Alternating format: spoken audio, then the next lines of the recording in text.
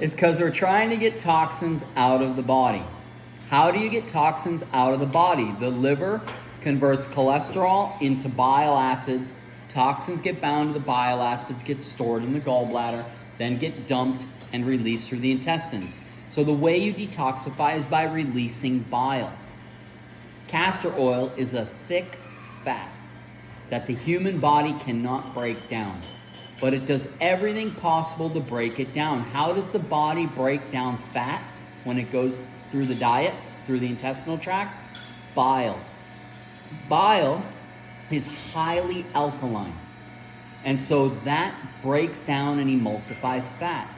So you put castor oil in there, this thick, heavy fat, and the body starts dumping massive amounts of bile into the intestinal tract to try to break it down. Well, what's attached to that bile? Toxins. That's how the body detoxifies. So by giving castor oil, you stimulate mass amounts of bile flow, and then that gets pushed out of the intestinal tract. And that's 2 teaspoons. Tablespoon. Whoa. Oh my God. Every other day. But you can listen.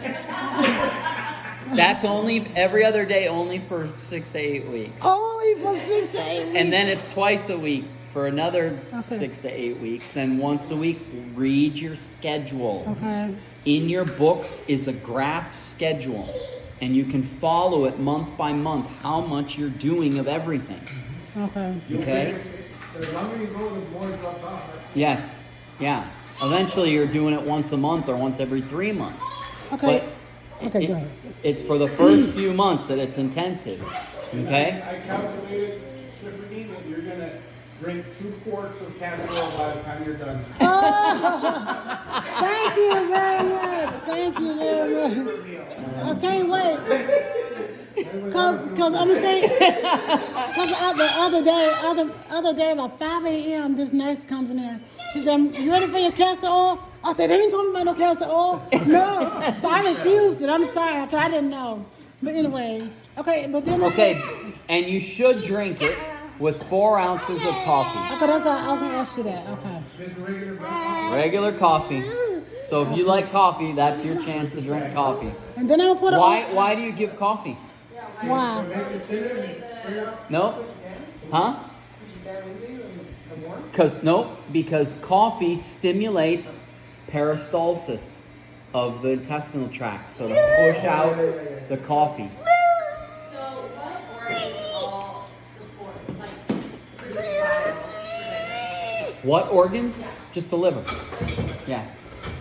And then the gallbladder is where it's stored, right? If you don't have a gallbladder, Then the liver will produce bile, but it'll dump it right into the intestinal tract. There won't be a storage location. That's why the doctors think, oh, you don't need your gallbladder, so they'll take it out.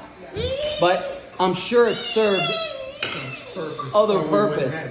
You know, maybe it has a control mechanism in it.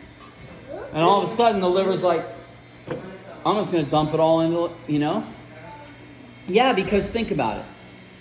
The body's storing bile to help you break down fats when you eat. So if the liver is just dumping it straight into the intestinal tract,